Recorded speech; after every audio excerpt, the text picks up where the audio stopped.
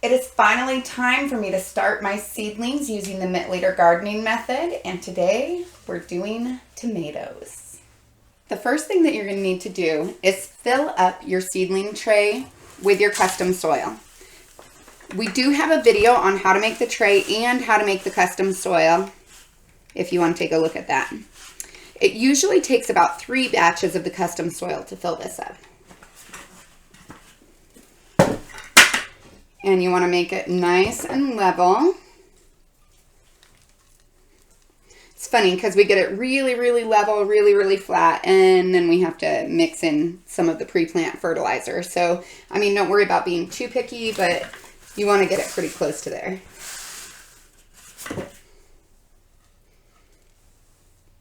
Now what I like to do, I have a stir stick for when I make my constant feed. And so my stir stick is just a little bit longer, probably like, oh, I don't know, 24 inches or so. And then it's nice because you can just kind of take it over your tray and make sure that everything is all smoothed down. The edges are the worst. I do actually have a full board underneath it. And that board keeps anything that falls off the edges from going anywhere. Then I can just collect it after I'm done. Okay. So I think we're pretty close. All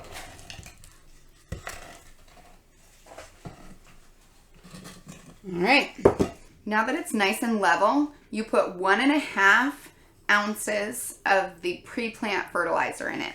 I have a little mark in my cup, and that shows me exactly where that measurement is. Actually, I have a couple different marks in there for different purposes, but that's my 1.5 ounce mark.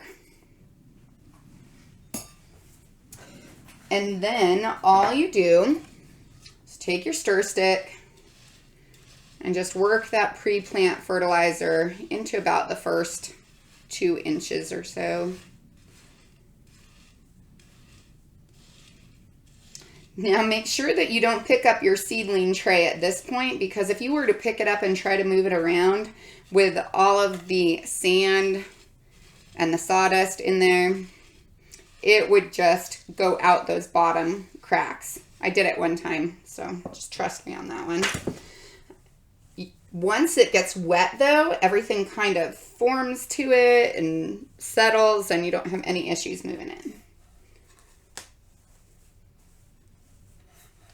That's where that tray underneath it, or not the tray, but the board underneath it comes in.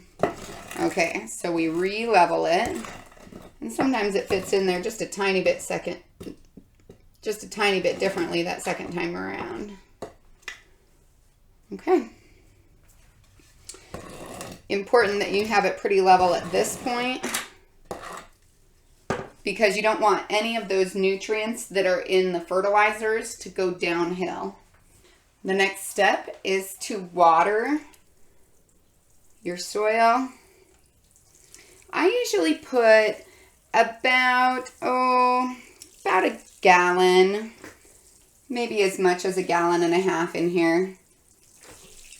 I just keep adding to it until I think that it looks like it's pretty well watered. In the book, he does recommend that you water it and then maybe wait overnight. And I've done that a couple of times, but generally speaking, if I'm at a point where I'm ready to plant, I'm ready to plant. I usually do wait a couple of hours though. So today's will be a little more rushed than it normally is.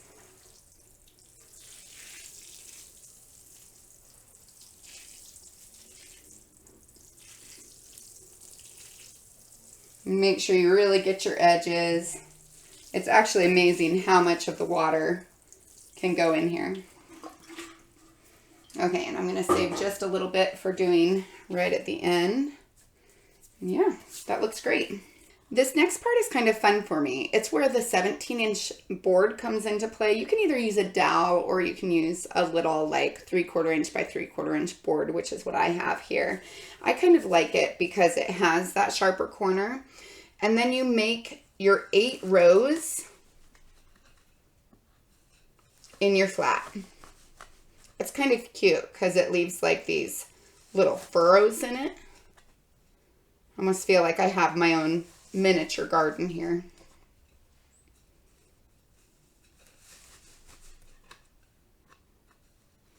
And so it's about every 2 inches or so.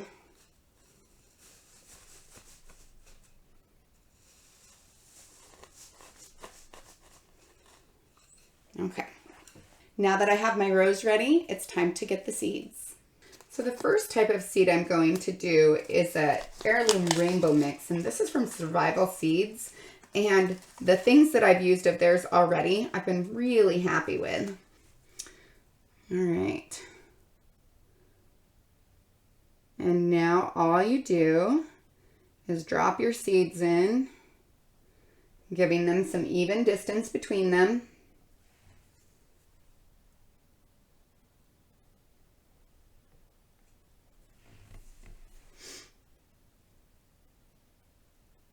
I usually like to do like twice the number of seeds that I actually need.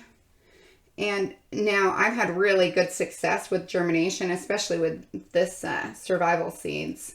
I like having extra plants grow because then I not only get to pick the best and strongest plants to put in my garden, but it gives me additional plants that I can give to other people. The next step is to just take a small layer of sand. You want to do it about 2.5 times the width of your seed and put it right over your seeds. You can do more of the custom potting mix if you want to. I like doing the sand because I feel like it makes it more apparent to me where my little rows are. But you can do it either way. Usually I would continue planting my flat, but for the purposes of this video, I'm just going to finish here. And this final step that I do is I take burlap and I put it right over the top. For me, it's going to take 2 strips of this, but if you can do it in just 1, that's better. Mine just have to overlap a little bit. Now what the burlap does is it keeps the dirt from moving when you water it, and it keeps the seeds from being disturbed. So it's kind of a good thing. So then you just water straight through the burlap. And as soon as those seeds start to sprout, you want to take your burlap off of it.